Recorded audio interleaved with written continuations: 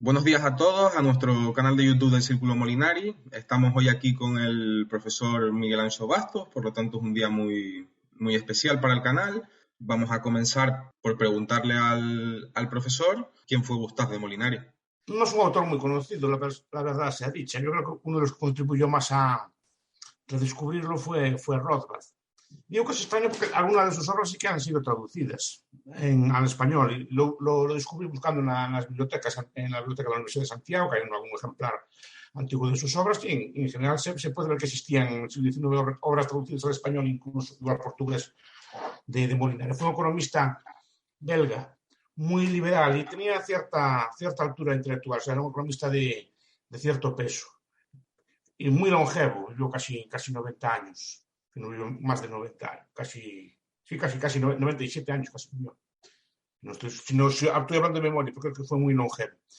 Y vivió en Bélgica y vivió en Francia, pero sufrió numerosos exilios. Según iban en su larga vida, se iban discurriendo los gobiernos, a veces tenía que exiliarse, a veces no. Era un economista bastante radical, incluso a día de hoy, bastante radical.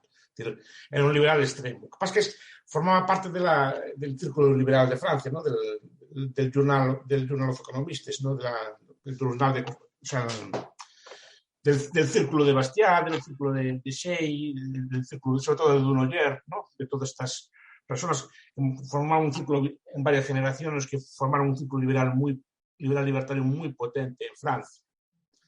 Y él siempre estuvo en otra cosa. Además, siempre fue distinto, digamos, de los liberales políticos, con los que se llevaban muy mal. Yo creo que muchas veces cuando hablamos de liberal hablamos de forma genérica y no vemos las enormes disputas que hubo entre los liberales de corte económico y los liberales de corte político, que al final acababan derivados más cara al estatismo. Y él tuvo muchos problemas siempre teóricos con este tipo de gente. Y fue un economista muy interesante, escribió mucho en esta revista, escribió muchas publicaciones. Yo tuve también un pequeño tratado sobre la esclavitud, obviamente contra el tráfico de esclavos, y es un autor que llama la atención a día de hoy porque fue uno de los primeros en propugnar una solución al problema de la defensa de libre mercado. O sea, es uno de los autores más próximos al anarcocapitalismo que existía. Cuidado, él no era anarquista, hay que decirlo también. Pero sus soluciones son próximas al anarcocapitalismo porque plantea o intenta resolver uno de los problemas principales que tiene el anarcocapitalismo, que es la cuestión de la defensa y la seguridad. Y él la plantea en un librito, un pequeño folleto que se llama de la seguridad, o la cuestión de la seguridad. Sí, sobre la cuestión que mencionó, sobre su disputa, digamos, contra los liberales políticos o la disputa en general que ha existido entre los liberales políticos y los liberales más económicos, sí podría un poco ahondar en esta cuestión y en ese sentido, pues explicar cuál era la posición de Molinari en ese debate. Mi idea, a ver, Molinari también, cuidado que a veces, digamos que como que cede en algunos argumentos por no llevarse mal con el poder. Él es muy radical, es una persona muy radical, incluso para su tiempo, cuestiones de defensa, pero digamos que no quería ser llevado al ostracismo por el círculo liberal de que su época, que lo trataba bastante mal, lo trataba como ser extravagante, o decían que era una persona como que desprestigiaba el liberalismo. Tuvo una serie de disputas al respecto. Pero digo que esa disputa se da siempre, muchas veces el lenguaje en España es muy clara. Por ejemplo, los liberales españoles son los liberales de estos de la PEPA y de la Constitución, o sea, que hablan de una división de poderes, pues, de un gobierno soberano, con sus leyes escritas, este tipo de cosas que entendemos por liberalismo, ¿no? Que no haya un poder absoluto. Pero cuidado, eso no se mete en cuestión económica. Estas constituciones, todas ellas reconocen la función social de la propiedad y cosas de este estilo. O sea, ¿no? O sea, políticamente sí son liberales, pero no económicamente. Y esto pasó también en el liberalismo francés, los llamados doctrinarios, ¿no? Por ejemplo, que tienen la escuela doctrinaria, Roger Collard y los autores. Guizot, son liberales en lo político, pero no en lo económico. De hecho, muchos de ellos son bastante intervencionistas. Yo recuerdo que estoy hablando de memoria, porque en España los liberales lo primero que hacen cuando llegan al poder es subir los aranceles. Los liberales políticos, eso de la PEPA, estas cosas que se reivindican, ¿no? Del bienio progresista, estas cosas. Entonces digo, no confundamos, porque muchas veces se confunde. Molinari lo puso bien claro, lo estableció bien claro. Una cosa, es más, el liberal económico piensa que las libertades políticas y las libertades sociales derivan de las libertades económicas. Básicamente, el derecho de propiedad. O sea, es un argumento que se usa. Si no hay derecho de propiedad privada, los demás derechos sociales, políticos, de expresión, tal, se ven seriamente dañados. Y esta es la postura que plantean. Pero ¿qué pasa? Que en el idioma, en otros idiomas se distingue. En el francés y el español no. Pero tenemos, por ejemplo, a estos liberales, que lo llaman liberistas, no liberales, para distinguir una cosa de la otra. Pero nosotros no distinguimos, nosotros le llamamos liberal a todo. Entonces, de ahí vienen todas estas confusiones que tenemos entre nosotros. Todos somos liberales, todos somos hermanos y cosas así, pero no estamos defendiendo las mismas cosas.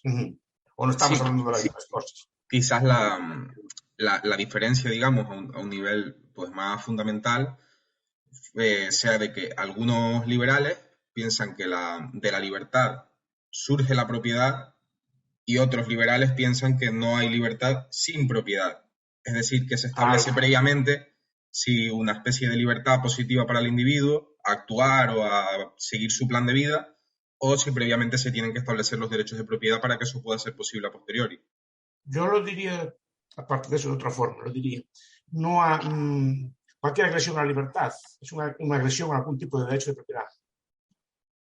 Claro, pero ahí está partiendo de este segundo punto de vista que he mencionado. Tiene que definir bien lo que es la propiedad y a qué derechos le da su propiedad, pero yo le digo que cualquier ataque a esa libertad implica un ataque a un derecho de propiedad, sea el de movimiento, sea el de hacer uso de sus bienes, etc. Siempre hay algún tipo de agresión de este estilo, ¿no?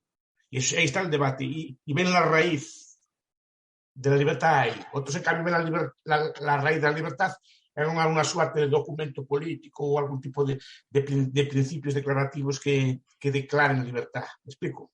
Sí, sí. Piensa que la libertad, España es libertad, o España, la Constitución es la libertad. Dice a veces, y si dicen desde círculos liberales, por ejemplo, el liberalismo español se ve mucho, ¿no? Libres e iguales, solo estamos así. Y es un discurso muy interesante, es un discurso liberal político. Sí, porque además habría que discutir si es posible ser libres e iguales al mismo tiempo. También, efectivamente. Pero bueno, me entienden, es decir, que el discurso liberal español o el europeo va en esa línea. Va en la línea de que tiene que haber unos derechos estrictos, que tiene que haber un Estado que garantice esos derechos, etc. Cosa que, por ejemplo, los liberales económicos no lo tienen tan claro. Molinari no. Molinari bordea el anarquismo. No lo llega al tener, pero sí que plantea unos debates muy interesantes. Sí, en ese sentido, pues me gustaría preguntarle, pues ya por sus ideas de carácter económico en este caso, porque él tiene pues, frases así muy, muy potentes, hablando de pues que la libertad, en cierto sentido por lo menos, tiene que ser totalmente ilimitada. Entonces, sí. Claro, esto liga con su idea acerca de la provisión de todo tipo de servicios, incluso los servicios que, digamos que más en duda se ponen que se pudiesen proveer de forma natural o se pudiesen proveer en el mercado. Pues que no parte desde el punto de vista del proveedor, parte del ciudadano que demanda. Es decir, cualquier persona, cualquier grupo puede escoger a quién le demanda de seguridad. Porque muchas veces se ve la provisión de defensa desde el punto de vista del proveedor. ¿Quién debe proveer? ¿No? ¿Tengo yo derecho como ciudadano a demandar la seguridad a quien yo quiera? Esa es la pregunta que está haciendo Sebastián, que es la misma pregunta, solo que hecho desde otro punto de vista, ¿no? ¿Estoy yo obligado a contratar la defensa que me ofrece el Estado o puedo escoger bien con grupos privados o bien escoger la seguridad que me presta otro Estado? Por eso digo que no es anarquista de todo. Él dice que, por ejemplo, una persona tiene derecho a escoger el Estado que lo defienda. ¿No? Es una cosa, a mí me parece muy imaginativa. Claro, también tendríamos que ver, digamos, en el contexto donde se situaba el autor, a qué se refería él por el Estado que lo provea. Probablemente cuando él habla de Estado, igual la idea de Estado no es exactamente la misma que tenemos hoy en día de Estado. No sé, pero ya es más próxima. Pues un autor del siglo XIX, ya es un Estado más moderno. Es decir, usted, don Adrián, puede escoger la defensa que le suministra el Estado español o la que le da Marruecos o la que le da Britania, por ejemplo, igual la que sea más barata o que le convenga más a usted, o proveerla a una empresa privada, o proveerla. Lo que pasa es que si no, Molinari, como muchos liberales, no piensa tampoco en la provisión de autodefensa. Siempre piensa que va a ser una empresa la que se lo preste. Y creo que muchos liberales olvidan, por ejemplo, la posibilidad de que usted se preste ese mismo servicio, ¿no? O que trabaje o que tenga elementos de defensa, cuando el 90% de la seguridad es autodefensa, no es defensa activa. Entonces, te digo, normalmente va a recurrir a una cosa, lo que digo, que puede escoger otro grupo, una empresa, o que puede escoger otro Estado, que haya libertad de asociación, ¿no? Eso está emparentado con la secesión también. Pero de Molinari hay una cosa que me interesa mucho, que siempre me llama mucha atención. Es un tema que los libertarios no tocan. Él es un liberal de su época, tiene una doctrina de clase. Los liberales de su época, Dunoyer sobre todo, tienen una doctrina de clase, la doctrina de clase es liberal, le llaman así. Y tiene una visión predatoria del Estado. No tan elaborada como otras otras, pero sí que la tiene predatoria. Por esto, su teoría es que el Estado nace de la violencia, nace de la guerra, no nace de un contrato, una cosa por el estilo, en ese aspecto realista también. Por ejemplo, como otro autor que es bueno volver al que es Benjamin Constant, que también es próximo a su época, que también tiene esta visión predatoria del Estado. Pero después el Estado está dirigido por una clase que oprime al resto, que extrae rentas al resto. O sea, el concepto de clase económica estamos acostumbrados a usar el concepto de clases de Marx, ¿no? De una clase que expolia económicamente a otra. Lo que dice Molinari y lo dice su gente es que hay una expresión política. La clase dominante se organiza a través del Estado para expoliar al resto de la población. Entonces, y crea una especie de doctrina de capitalismo monopolista de Estado, pero distinto del marxista. Esto es un tema, yo lo puse en la introducción al libro que dice a la defensa, una de las traducciones españolas que se hizo.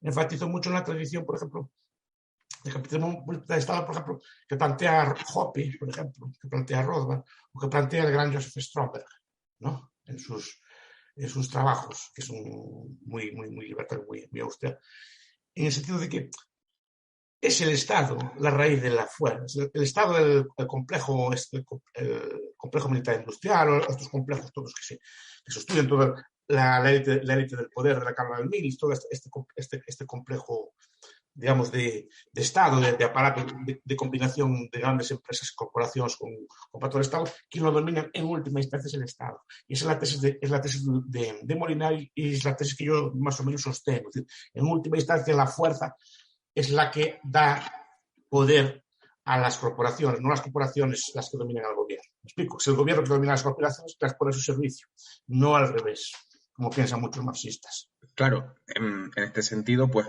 las ideas, digamos, centrales de Molinari sobre las que hemos estado hablando es un liberalismo económico muy radical, sobre todo para su época, y una cierta teoría predatoria del Estado y entiendo, digamos, una cierta teoría precursora de lo que hoy en día se conocería como la teoría libertaria de clases. Sí. Por ejemplo, como tal cual la pone Antonin Hacey, por ejemplo, o utilizan pues autores austrolibertarios como Hoppe y demás, en cuanto a que las teorías de clase pues no son las propias de Marx, sino que se dividirían entre pagadores netos de impuestos y receptores netos de impuestos. Entonces, en Molinari digamos que hay una influencia de esta teoría que se ha desarrollado más posteriormente. Entonces, quería preguntarle... y sobre la doctrina que se llama el capitalismo monopolista de Estado. Que esto es una tesis marxista. Está en Suiza y está en otro... Pero la tesis es correcta. Solo que al revés. Porque los marxistas piensan que las corporaciones dominan al Estado. Y yo digo que es el Estado que domina y le da privilegios a las corporaciones y las tiene aliadas suyas. Pero el complejo existe, esa es la tesis, el complejo existe. Esa forma de organización es la que opera, es lo que dice Molinari. Sí. Porque Molinari da muchas ideas, pero muchas no las desarrolla. Claro, y pues eso es lo otro que quería preguntarle, de esas ideas que él deja ahí como en germen, digamos, son recogidas después por toda una tradición intelectual hasta nuestros días. Entonces, un poco que nos cuente qué influencia ha tenido Molinari pues, en autores libertarios pues, más contemporáneos, como eso pueden ser Antonin Hacey, puede ser Rothbard, puede ser Hoppe, que ven estos autores en las ideas de Molinari que rescatan y que desarrollan, digamos. No sé si lo cogen de Molinari de Pullosa o se dan cuenta que Molinari defendía tesis parecidas. que puede ser lo más probable también. ¿No?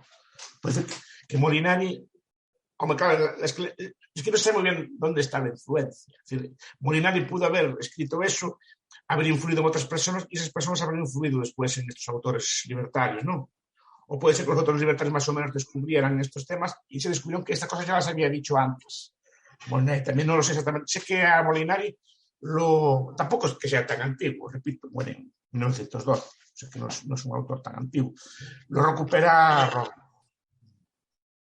porque yo, por ejemplo, de Molinari no había oído hablar hasta que el día Roth. O sea, no llegué a Molinari por Molinari, llegué a Molinari porque vi que Rothbard hablaba de él, que había un señor allí en Francia que hablaba de estas cosas.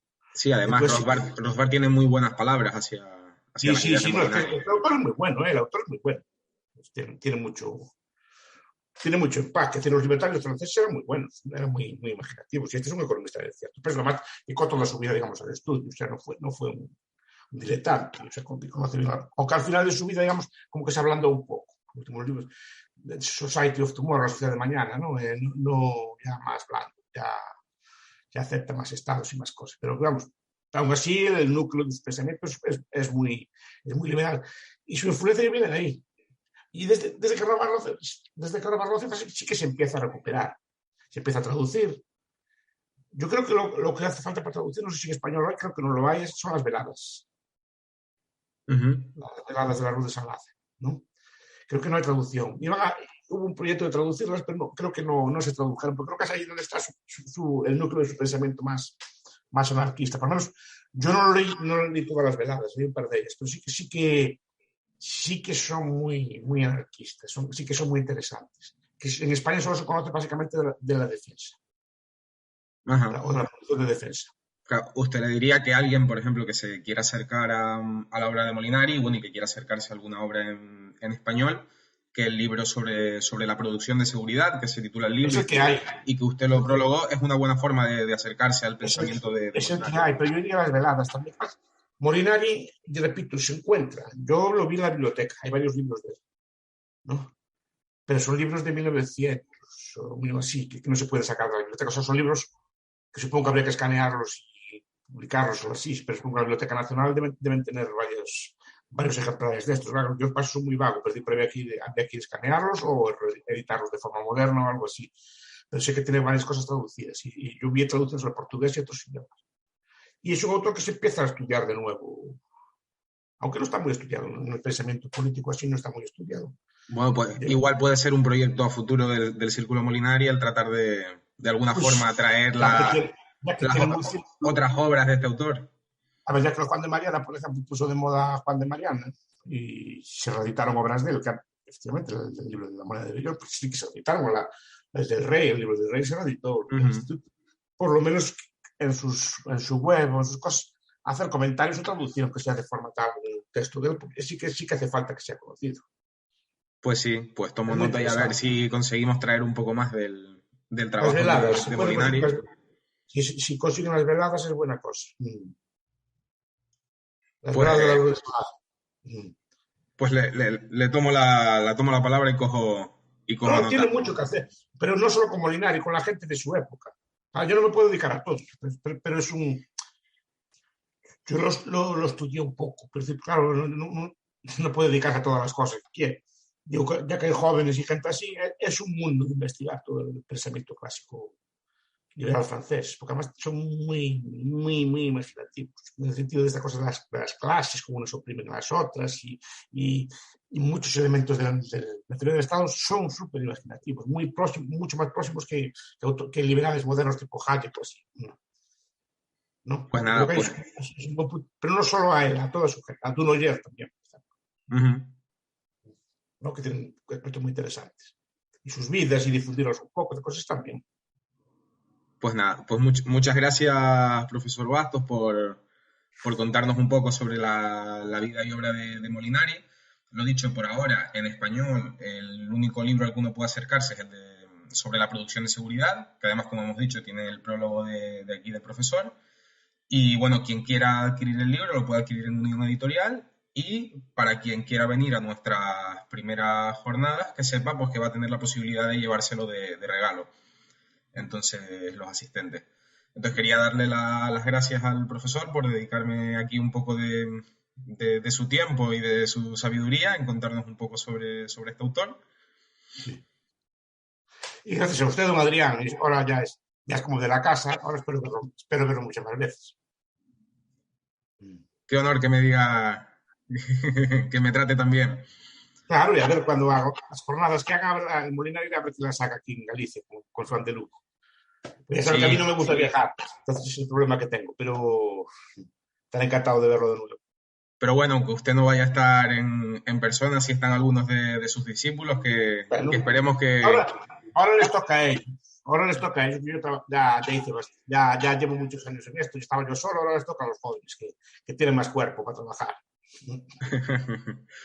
Pues sí, pues a ver si hacemos algo algún día en Galicia o colaborando allí con el Son de Lugo o lo que sea y nos vemos otra vez por allí.